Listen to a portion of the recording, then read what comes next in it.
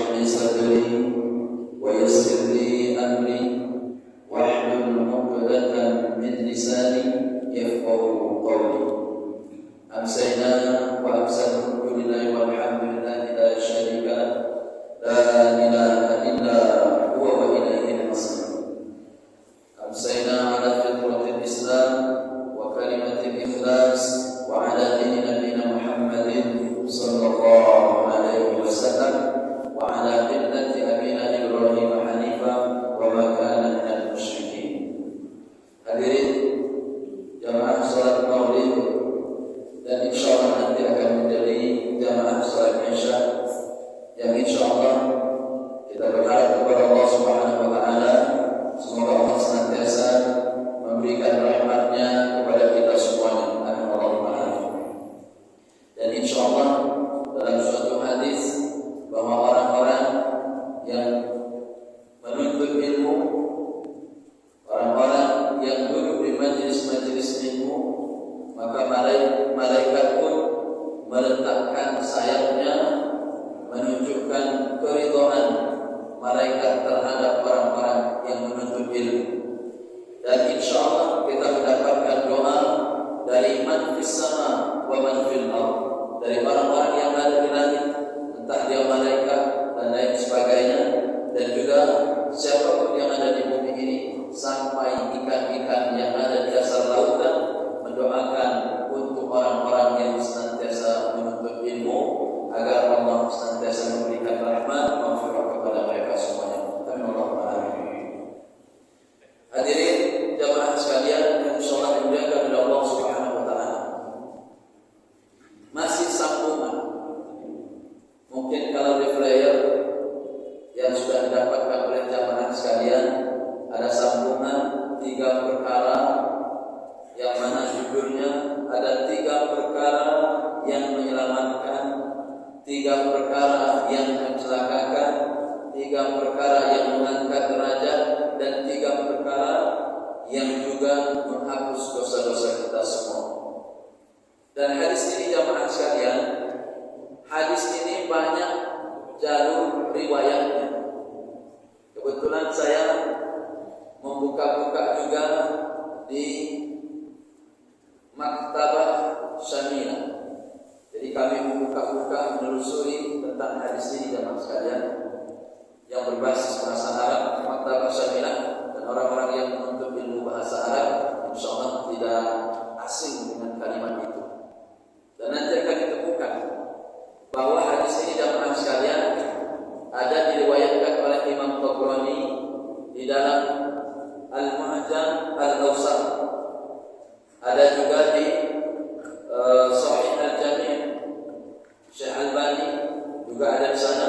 Nanti Sahih At-Targhib juga ada insyaallah di dalam buku tersebut. Walaupun jamaah sekalian ada juga ulama, karena ulama ikhtilaf di dalam memberikan penilaian hadis ini. Tapi yang kami lihat jamaah sekalian, hadis ini banyak juga yang menghasankannya. Kalau Syekh Albani mengatakan hadis ini statusnya hasan li ghairihi, dan jamaah sekalian bisa buka di Maktabah Syamilah tentang ini, nanti akan kelihatan semua. 3 perkara jamaah sekalian kata Nabi, fa'ammal munjiyat, 3 perkara yang menyelamatkan kehidupan kita di dunia dan juga kehidupan kita di akhirat. Yang pertama apa kemarin jamaah sekalian? Salasun munjiyat wa salasun muhlikat wa salasun darajat wa salasun kafarat, dan seterusnya. Fa'amma, kata Rasulullah SAW, 3 perkara yang menyelamatkan kemarin kita sudah bacakan. Mohon maaf, kita baru kemarin membahas 3 perkara, belum sampai 6. Belum ya, baru 3. Baik, 3 perkara yang baru kita bahas kemarin jamaah sekalian, baru 3, yaitu fa'ammal muhlikat, 3 perkara yang mencelakakan. Betul Pak ya? Oke. Yaitu yang pertama kata Rasul, fasyuhun muta', yang mampu mencelakakan kehidupan kita, yaitu sifat bakhil, sifat pelit yang senantiasa diikuti. Dan syaratnya insyaallah sudah kemarin jamaah sekalian bulan yang lalu. Wa hawa muttaba'un, yang kedua hawa nafsu juga yang senantiasa diikuti. Dan yang ketiga wa i'jabul mar'i bi nafsihi, kata Nabi, takjubnya merasa dirinya itu paling baik, merasa dirinya paling bisa, merasa dirinya itu memiliki kelebihan-kelebihan yang banyak sehingga dia meremehkan orang lain.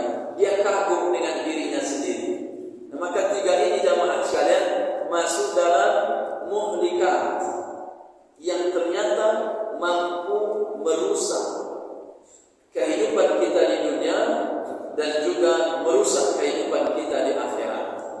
Karena bakhil jamaah sekalian, sementara Allah dan Rasulnya menyuruh kepada kita semua untuk senantiasa berinfak agar timbul rasa ketakwaan, maka dia mesti diperintahkan untuk senantiasa berinfak.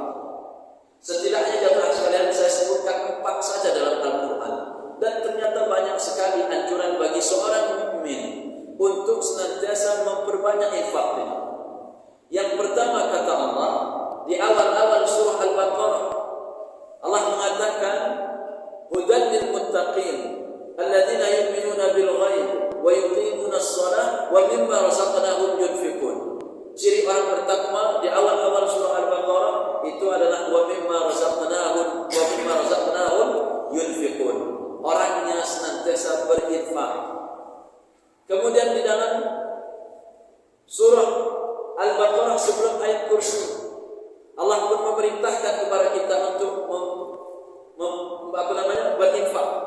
Ya ayyuhalladzina amanu anfiqu mimma razaqnakum min qabli ayyatiya min qabli, apa kata Allah Subhanahu wa taala, ya ayyuhalladzina amanu anfiqu mimma razaqnakum, kata Allah, dan seterusnya ila akhiril ayat. Kemudian nanti di dalam surah Al-Baqarah juga Allah pun menganjurkan kita masalul ladzina yunfiquna amwalahum fi sabilillah, tentang infak juga. Kemudian nanti di dalam surah Ali Imran jamaah sekalian ayat 134 Allah mengatakan orang-orang bertakwa itu alladzina yunfiquna fis sarra'i wad dharra, senantiasa berinfak dalam keadaan lapang maupun dalam keadaan sempit. Di dalam surah Al-Munafiqun jamaah sekalian ayat ke-9 Allah pun memerintahkan kita. Apa kata Allah? Ayat ke-10, wa anfiqu mimma razaqnakum min qabli an ya'tiya ahadakumul maut fayaqula rabbi laula akhartani ila ajalin qarib, dan seterusnya. Artinya jamaah sekalian, ternyata di dalam Al-Qur'an untuk melawan sifat fasyuhun muta'un, kita mesti harus melawan diri kita untuk memperbanyak berinfak, bersedekah. Seberapapun yang kita keluarkan dari harta-harta yang kita miliki, dari gaji-gaji yang kita miliki. Maka kalau orang mengikuti rasa bakhilnya, mengikuti rasa pelitnya, ini celaka orangnya. Makanya orang yang sudah meninggal dunia jamaah sekalian di surah Al-Munafiqun itu dia minta dikembalikan kepada Allah, hanya 2 tujuannya. Apa katanya? Fa as-saddaqa wa akum minas sholihin. Yang pertama dia ingin bersedekah, yang kedua dia ingin menjadi orang-orang yang saleh. Banyak menjadi penyesalan jamaah sekalian orang-orang yang tidak membelanjakan hartanya di jalan Allah Subhanahu wa taala. Nah, sekarang jamaah sekalian kita masuk ke berikutnya, yaitu wa ammal munjiat. Adapun perkara-perkara yang menyelamatkan. Walaupun sekali lagi jamaah sekalian, tidak hanya tergantung di hadis ini saja. Banyak perkara yang menyelamatkan yang lain di hadis-hadis yang lain. Tetapi di hadis ini jamaah sekalian, Nabi mengatakan salah satu 3 perkara yang mampu memberikan keselamatan di dalam hidup kita dunia dan di akhirat, itu adalah yang pertama kata Nabi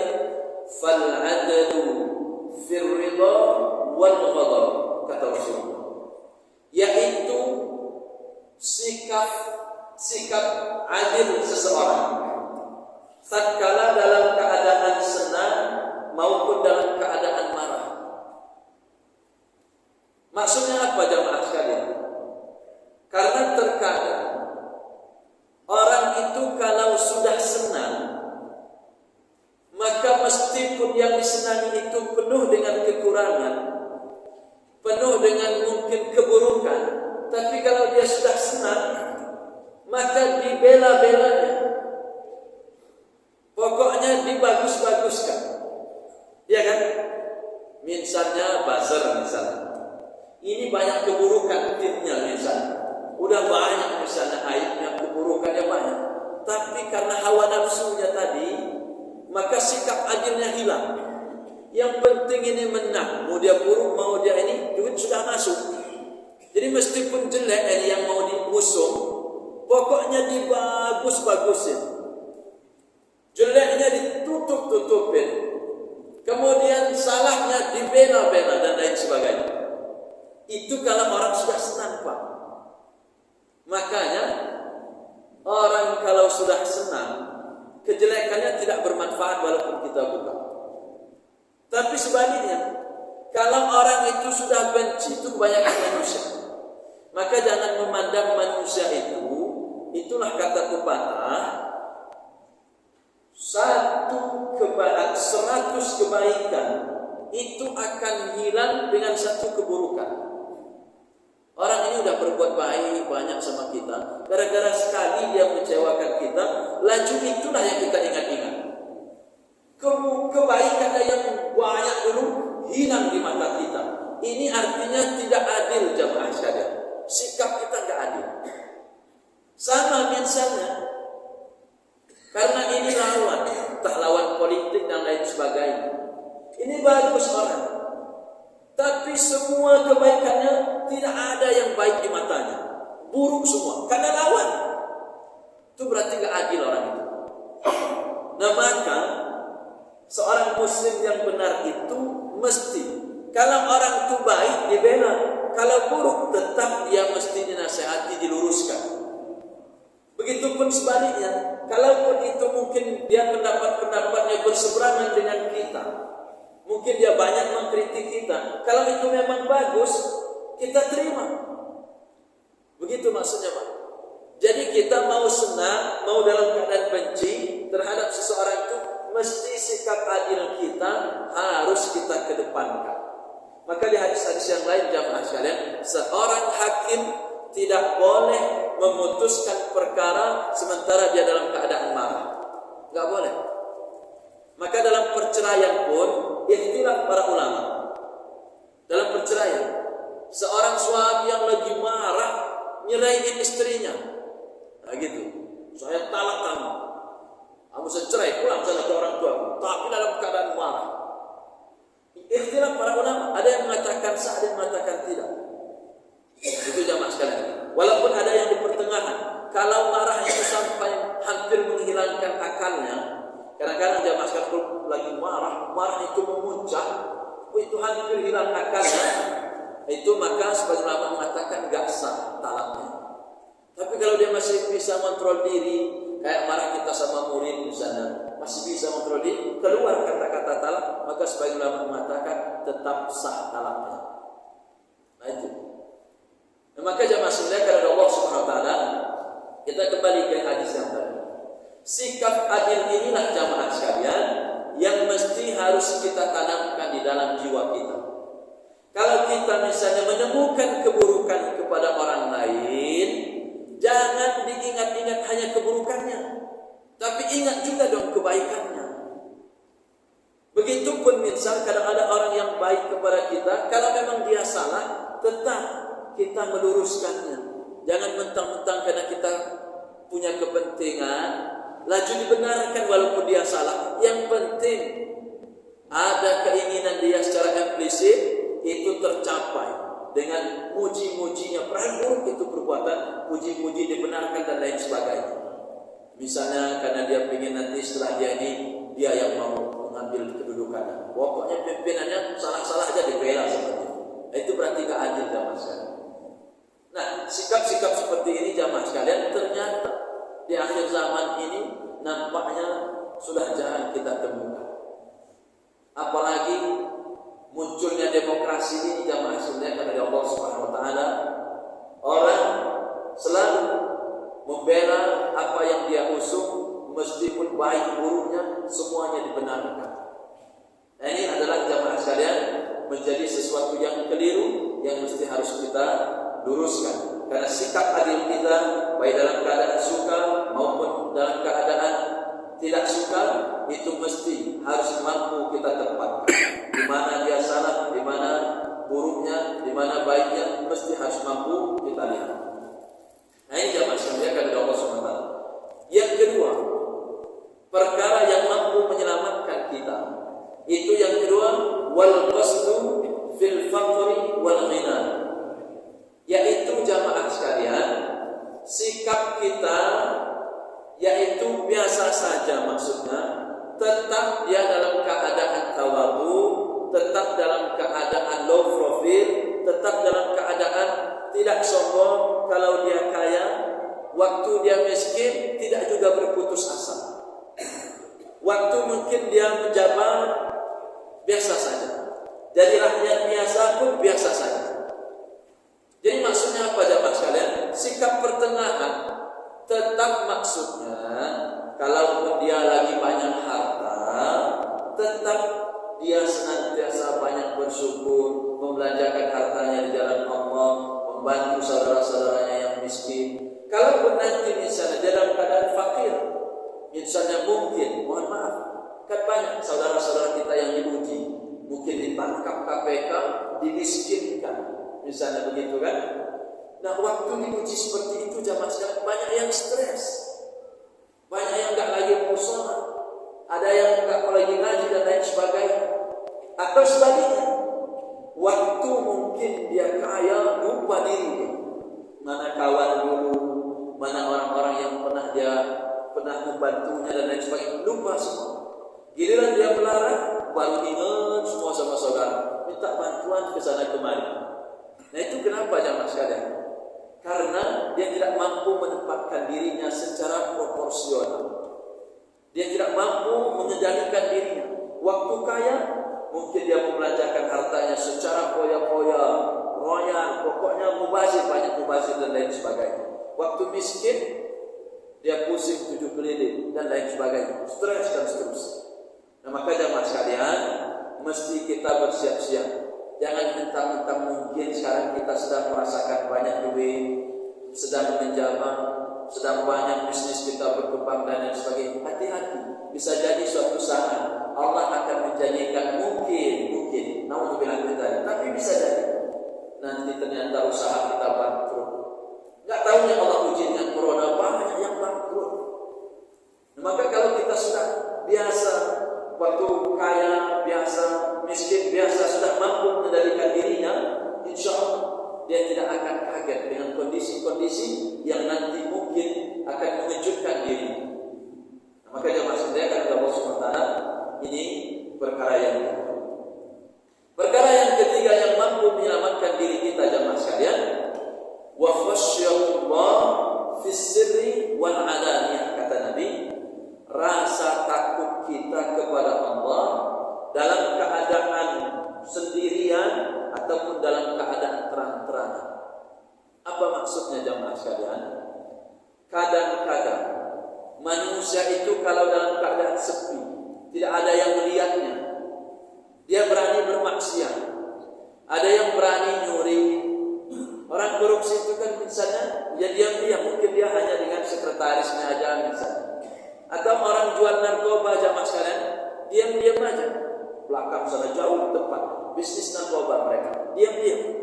Tapi kalau orang ada rasa takutnya kepada Allah, dia takut, nggak berani dia, walaupun tidak ada yang melihat, tapi dia merasa Allah itu yang melihatnya. Nah, maka jamaah sekalian, ini perkara yang mampu menyelamatkan kehidupan kita dunia dan akhirat. Karena kebanyakan manusia jamaah sekalian itu sembunyi-sembunyi. Kalau rame-rame begini, wah dia mungkin nampaknya rajin dan lain sebagainya. Tapi giliran sembunyi-sembunyi, entah macam-macam. Yang dia tonton tak apa-apa, kemudian mungkin apa bisnisnya bagaimana dan lain sebagainya. Mungkin juga ternyata dia strategi untuk mendapatkan harta dengan cara yang batil dan lain sebagainya.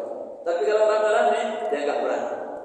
Nah, perkara yang mampu menyelamatkan kita itu jamaah sekalian, dalam keadaan kita sendiri, dalam keadaan sepi, rasa takut kita kepada Allah tetap ada, tetap kuat. Apalagi rame-rame. Itu maksudnya jamaah sekalian. Nah, maka rasa takut kita kepada Allah ini jamaah sekalian, itu akan mendorong diri kita untuk senantiasa merasa bahwa Allah senantiasa mengawasi gerak-gerik kita. Maka kalau orang dia sudah merasa kalau sendirian itu merasa dilihat Allah, orang yang di bulan Ramadan jamaah sekalian, dia akan berani walaupun tidak ada orang yang melihatnya di dapur, dia enggak berani minum, dia enggak berani makan. Kenapa? Karena dia merasa Allah melihatnya. Kadang-kadang di bulan Ramadan jamaah sekalian, banyak orang yang tidak puasa. Kalau nampak di depan kita, icah-icahnya dia lemas, bibirnya kering, ya kan? Puasa Pak? Alhamdulillah, insyaAllah. Nah, kata dia. Tapi pulang ke rumah dia makan, minum, nggak ada yang lihat. Nah, ini jamaah sekalian karena Allah SWT celaka. Karena merasa bahwa Allah tidak melihatnya. Padahal Allah Maha melihat. Wallahu alimun bima fis sudur. Wallahu khabirun bima ta'malun dan lain sebagainya. Allah jamaah sekalian, dalam keadaan kita sendiri sepi ataupun ramai, tetap kita mampu menghadirkan rasa takut kita kepada Allah Subhanahu wa taala. Ini perkara yang mampu menyelamatkan kita. Banyak orang mungkin tidak salat subuh karena enggak ada yang melihat, cuma di kamar sendirian. Tapi Allah melihat. Tapi kalau mungkin rame-rame lagi maghrib, lagi i'tikaf, woi, rajin dia salat subuhnya bangun duluan. Tapi kalau sendirian di rumah, salat subuhnya lewat. Nauzubillah min dzalik. Nah, misalnya jamaah sekalian. Nah, ini berarti rasa takutnya kepada Allah itu tidak berimbang. Nah, rasa takut kita dalam sendirian, diam-diam ataupun dalam keadaan ramai, tetap hadir rasa takut di dalam diri kita semua. Berikutnya jamaah sekalian, mesti saya khatamkan hadis ini di pertemuan kita pada sore hari ini menjelang isya. Berikutnya 3 perkara kata Nabi, wa amal kafarat. 3 perkara yang mampu menghapus dosa-dosa kita semua. Dengan cara ini jamaah sekalian, Allah mampu menghapuskan kesalahan-kesalahan dan dosa-dosa kita. Yang pertama apa kata Nabi? Fantidharus shalah ba'da shalah. Yaitu menantikan waktunya sholat setelah sholat. Ini jamaah sekalian banyak penafsirannya. Bisa jadi begini jamaah sekalian. Kita tadi kan sudah sholat maghrib, betul? Kita duduk di sini sembari menuntut ilmu, menantikan sholat isya. Itu juga termasuk fantizarus sholat ba'da sholat. Menanti sholat isya ba'da sholat, setelah sholat maghrib. Itu juga bisa. Atau kita sengaja misalnya habis sholat maghrib, kita gak pulang, sengaja sekalian aja dah untuk ngaji murojaah, menantikan waktu isya. Nah, fantizarus shalah itu juga maknanya. Dia menantikan waktu isya dengan bacaan Al-Qur'annya, dengan mengikuti majelis taklim dan lain sebagainya. Nah, orang-orang seperti ini jamaah sekalian, itu akan diampuni oleh Allah Subhanahu wa taala. Fa'amal kafarat kata Nabi, perkara-perkara ini mampu menghilangkan dosa-dosa. Berapa dosanya? Wallahu a'lam bishawab. Yang jelas dosa kita banyak jamaah sekalian. Maka salah satu jalan kita menghapusnya senantiasa menantikan waktunya sholat setelah sholat. Sebagian ulama mengatakan juga jamaah sekalian, fantizarus shalah ba'da sholat ini ada yang memaknakan bahwa setelah sholat fardu dia menantikan untuk melanjutkan ke sholat sunnah. Artinya setelah sholat fardu atau ada qabliyah, ada ba'diyah. Dia qabliyah dulu. Setelah itu dia duduk menantikan nanti akan sholat rawatib, sholat wajibnya. Kan menantikan itu jamaah sekalian. Setelah dia sholat qabliyah, menantikan sholat. Nanti selesai dia sholat, kalau ada ba'diyahnya, nanti menantikan ba'diyahnya. Itu juga termasuk fantizarus shalah. Atau juga jamaah sekalian, kita lagi kerja, kita lagi ngantor misalnya dan lain sebagainya. Kita lihat jam, selalu mempersiapkan diri. Azan misalnya jam 12:05. Jam 12 dia sudah menyelesaikan, anak buahnya semuanya dia suruh bersiap-siap semua ke musala atau ke masjid. Ayo semuanya siap-siap ke masjid. Termasuk diri. Siap-siap padahal belum ada. Mempersiapkan diri kenapa? Mau menghadapi waktu zuhur. Nah, menantikan itu jamaah sekalian termasuk fantidharus shalah. Menantikan waktunya salat. Karena kebanyakan kita jamaah sekalian waktu azan berkumandang baru bergerak. Ini orang belum aja berkumandang dia sudah mempersiapkan diri, sudah menanti. Itulah yang dilakukan oleh para sahabat dan Rasulullah SAW jamaah sekalian. Kalau Rasulullah dan para sahabat salah satu kebiasaan mereka bisa dalam safar, apa kata Nabi? Ya Bilal, arihna bis shalah. Kata Rasulullah kepada Bilal, wahai Bilal, kata Rasulullah, arihna bis shalah, kata Nabi, istirahatkan kami dengan salat. Nah, mulai para sahabat siap-siap, ada yang berwudu, bersiap-siap semua. Bilal ada, semuanya menantikan waktu. Itu pun termasuk jamaah sekalian. Nah, maka di kantor, di sekolah, coba murid-murid kita biasakan. Kepala sekolahnya, sebagai kepala sekolah, biar nanti kepala sekolah ini mendapat amal jariah nanti dari kebaikan yang dia tinggalkan. Mungkin setelah dia tidak menjabat misalnya, atau guru memberikan masukan misalnya, atau dosen dan lain sebagainya, mengajak, mempersiapkan diri sebelum azan berkumandang semuanya sudah dikondisikan. Nanti untuk menantikan waktunya sholat. Dan insya Allah jemaah sekalian, termasuk kepala dinas misalnya, atau gubernurnya, atau wali kotanya, anak buahnya dikondisikan semua. Pokoknya istirahat 10 menit sebelum azan semuanya persiapkan diri ke musala, ke masjid untuk menantikan waktunya sholat. Insya Allah itu salah satu, moga-moga dia salah satu masuk dalam kategori al-imam adil, pemimpin yang adil. Karena sebagian ulama memaknai pemimpin adil itu pemimpin yang mampu mengajak anak buahnya, rakyatnya mendekatkan diri kepada Allah Subhanahu wa taala. Maka gunakan jamaah sekalian. Siapa di antara kawan-kawan yang mungkin jadi kepala dinas, mungkin jadi kepala bagian apa, ada yang kepala sekolah, ada yang mungkin jadi apa misalnya wali kota atau asisten apa, terus silakan. Jadikan jabatan itu untuk menggerakkan bawahannya, membiasakan dalam kebaikan. Nah, itu jamaah sekalian. Termasuk fantidharus shalah, menantikan waktunya shalat.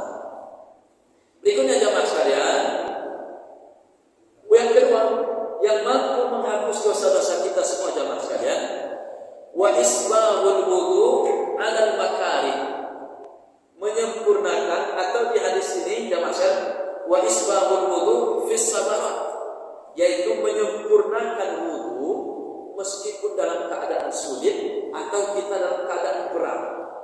Artinya apa jamaah sekalian? Mungkin karena musim dingin, mampu kita mau menggunakan wudu dengan malas. Ada yang wudunya cuma basuh muka seadanya, basuh tangan seadanya, basuh kaki seadanya. Karena musim dingin, karena mungkin dia malas waktu subuh dan lain sebagainya. Ternyata jamaah sekalian, menyempurnakan wudu, terutama dalam waktu-waktu yang sulit, itu adalah salah satu faktor yang mampu menghapus dosa-dosa kita semua. Maka Rasulullah SAW jamaah sekalian itu buka fikih sunnah. Waktu kita membasuh jamaah sekalian, kita membasuh tangan, kemudian nanti berkumur-kumur. Maka waktu berkumur-kumur kata Nabi, tatkala kita mengeluarkan kumur-kumur kita air itu, mengeluarkan itu, maka dosa-dosanya kata Rasulullah keluar dari mulut-mulutnya. Dosa-dosa mencelanya keluar juga. Dosa-dosa mungkin dia pernah ngomongin orang di hari itu keluar juga. Mungkin dia pernah mencela-cela kawannya, keluar juga. Waktu dia menghirupkan air ke hidungnya, waktu dikeluarkannya, maka dosa-dosanya keluar dari hidungnya. Waktu dia membasuh wajahnya kata Nabi, dosa-dosa keluar dari wajahnya sampai dari kelopak matanya. Kemudian waktu dia membasuh tangan, dosa-dosa keluar dari tangannya sampai apa jamaah sekalian, dari kuku-kukunya, bawah kuku-kukunya kata Rasul. Dosa tangan banyak. Mungkin kita pernah mukul, mungkin pernah ngambil hak orang lain, mungkin kita pernah berbohong dan lain sebagainya. salah satu jamaah sekalian menyempurnakan wudu itu faktor yang mampu menghapus dosa-dosa kita semua.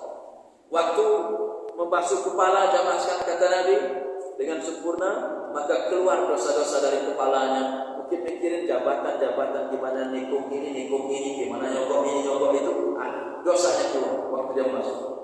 Itu. Waktu dia membasuh kakinya, keluar juga dosa-dosa dari kakinya. Mungkin banyak dia langkahkan konser-konser musik, mungkin dia banyak langkahkan ke mall dibandingkan ke majelis taklim. Allah hilangkan dengan cara apa? Dengan cara salah satu menyempurnakan wudu. Karena jamaah sekalian, miftahus shalah at-tuhur kata Nabi. Kuncinya sholat itu adalah bersuci. Banyak orang yang gak sah sholatnya karena tidak sah bersucinya. Maka perhatikan sholat, perhatikan bersuci kita semua jamaah sekalian. Waktu basuh tangan mesti sampai siku, waktu basuh wajah mesti sempurna semuanya. Waktu basuh kepala, kepala yang basuh bukan tidak begini. Karena banyak kita kalau basuh kepala itu cuma gini-gini doang. Minimal jamaah sekalian ambil air semua kepala. Itu karena kepala itu menurut sebagian ulama semua yang ditubuhi rambut, kecuali yang botak. Memang ada orang yang nggak punya rambut. Ukurannya apa? Batoknya. Mana batok kepalanya? Itulah semua kepala. Ada yang botak, mohon maaf. Ada kawan itu nggak punya rambut kepala. Jadi kalau dibuka itu mengkilat aja. Itu ada juga. Nah maka itu batoknya yang. Kenapa jemaah sekalian? Karena itu jalan yang lebih aman. Walaupun sebagian ulama ada yang membolehkan, yang penting sebagian kepala. Tapi jemaah sekalian, apalagi yang begini, ngambil langsung itu, insya Allah itu lebih baik. Ngambil gitu langsung, kepala semua itu lebih baik. Minimal jemaah sekalian, kalaupun misalnya malas begini, minimal satu, langsung ke kepala. Terus ini, apa kata Allah? Wamsahu bi ru'usikum wa arjulakum ilal ka'bah. Sempurnakan. Dan itu salah satu jalan menghapus dosa-dosa kita semua. Berikutnya jemaah sekalian yang ketiga dari tiga perkara yang mampu menghapus dosa kita, apa kata Rasul?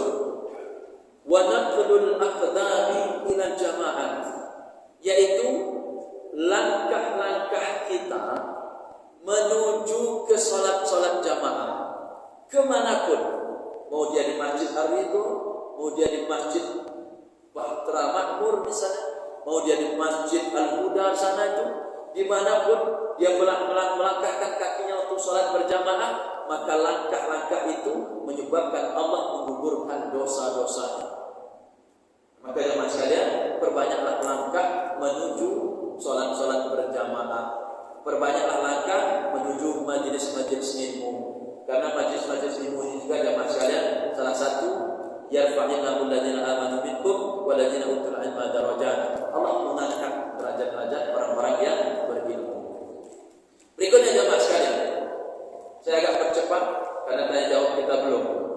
Yang ketiga dan tiga yang terakhir, wa ammat darajat kata Nabi, tiga perkara yang mampu mengangkatkan derajat-derajat kita semua. Yang pertama kata beliau, fa'it'amut ta'am, rajin memberi makan kepada fakir miskin siapapun. Insya Allah jamaah sekalian, orang tersebut Allah angkat derajatnya, dimuliakan sisi manusia. Coba orang-orang yang suka memberi itu pasti dinanti, terutama orang-orang miskin.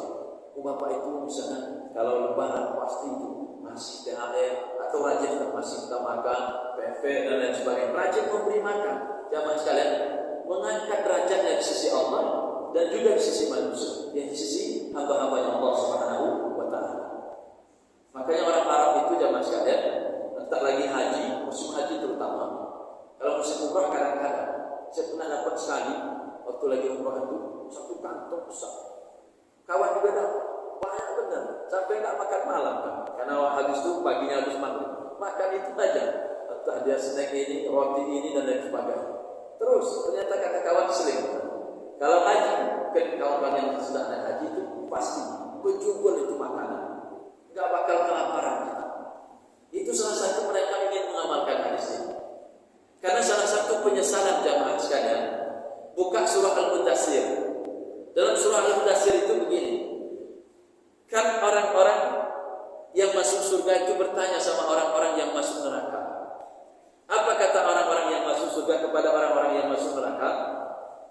Mudaththir ada kalimat begini. Ma salakakum fi saqar? Apa yang menyebabkan kalian masuk neraka Saqar? Kata kawan-kawannya yang tidak masuk neraka. Kata mereka, qalu lam nakum minal musallin. Dulu kami bukan termasuk orang-orang yang melakukan salat. Maka celaka orang-orang yang suka ninggalin salat itu, masuk neraka Saqar nantinya. Kemudian yang kedua, ini jawaban yang keduanya. Walam nakunu ta'imul miskin. Dulu juga kata orang-orang yang masuk neraka Saqar bukan termasuk orang-orang yang memberi makan kepada orang-orang miskin. Maka jamaah sekalian, orang-orang kaya ini berat nanti hisabnya. Apalagi misalnya banyak di sana itu pengemis dekat-dekat rumah-rumahan sini, orang-orang kaya di sini diam di sana, itu nanti dihisab. Karena harta kita itu dua nanti, dari mana dan bagaimana dia mendapatkannya, kemudian bagaimana dia membelanjakannya atau menggunakannya. Itu aja yang dihitung. Tapi itu nanti berat, terutama orang-orang kaya. Termasuk Abdurrahman bin Auf, orang yang kaya raya, itu termasuk yang berat nanti. Nah itu jemaah sekalian, dia akan ada Allah SWT. Maka penyesalan orang, mohon maaf, orang yang masuk neraka itu kata mereka, walam nakunu ta'imul miskin. Kami bukan termasuk dulu waktu di dunia orang-orang yang memberi makan orang miskin. Kemudian mereka mengatakan, wa kunna nakhudu ma'al khaidin. Dulu juga waktu kami di dunia, kata mereka, suka duduk-duduk membicarakan keburukan. Nah itu.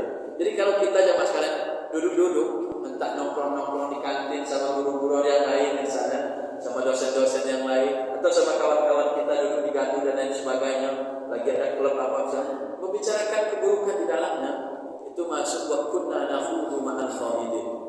Bisa nanti menjadi penyebab kita disebutkan ke dalam neraka Saqar. Nah itu. Maka jemaah sekalian, hati-hati.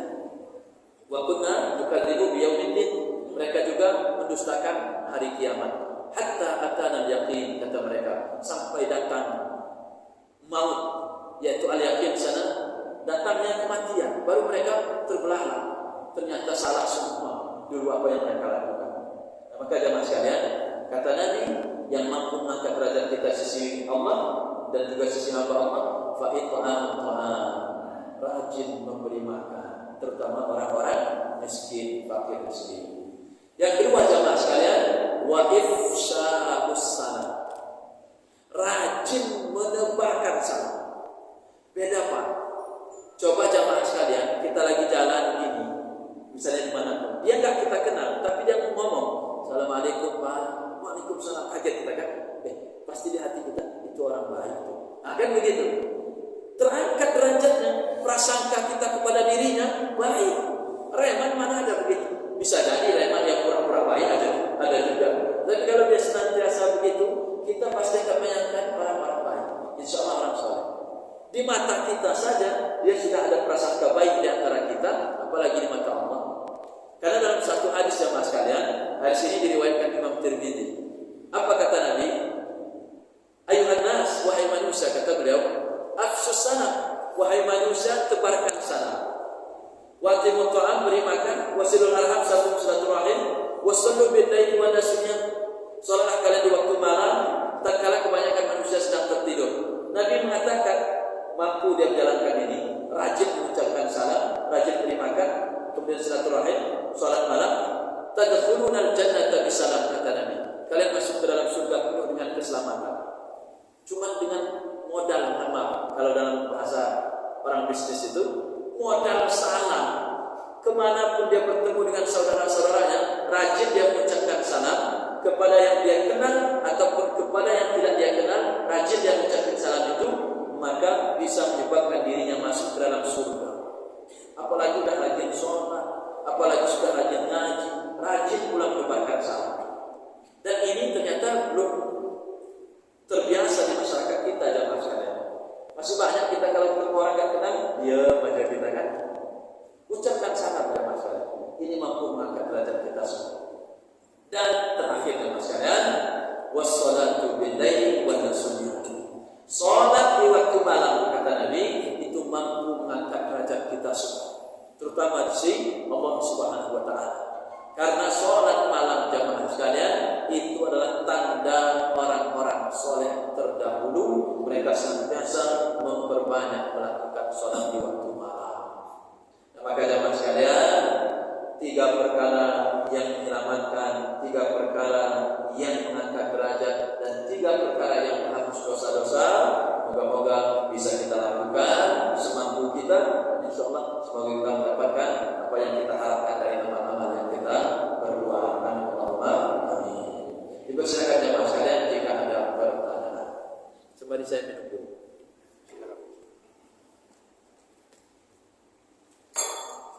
Moga ada pertanyaan.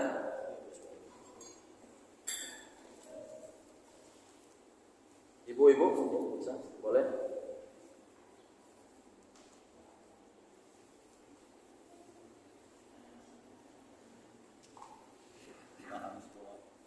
Ada? Ibu-ibu ada? Oke, silakan. Ada? Oh, enggak ada. Bapak-bapak enggak ada? Tidak harus berkaitan dengan tema. Kalau memang ada yang ingin ditanyakan lain tapi takut enggak berkaitan dengan tema, misalnya tidak usah khawatir. Bebas saja. Wallahu a'lam bishawab. Jamaah sekalian, sudah mau isya? Berapa menit lagi? 6 menit lagi, masih ada kesempatan. Cukup jamaah sekalian? Tidak ada yang mau bertanya? Cukup ya? Baik. Kalau cukup jamaah sekalian, terima kasih atas segala perhatiannya. Kepada Allah kita memohon ampun, dan semoga Allah senantiasa mengangkat derajat kita semua, dan semoga Allah senantiasa memberikan kebaikan-kebaikan di dalam kehidupan kita semuanya. Amin Allahumma amin. Dan mari kita tutup dengan doa kafaratul majlis. Subhanakallahumma wa bihamdika asyhadu an la ilaha illa anta astaghfiruka wa atubu ilaik. Wassalamualaikum warahmatullahi wabarakatuh. Waalaikumsalam.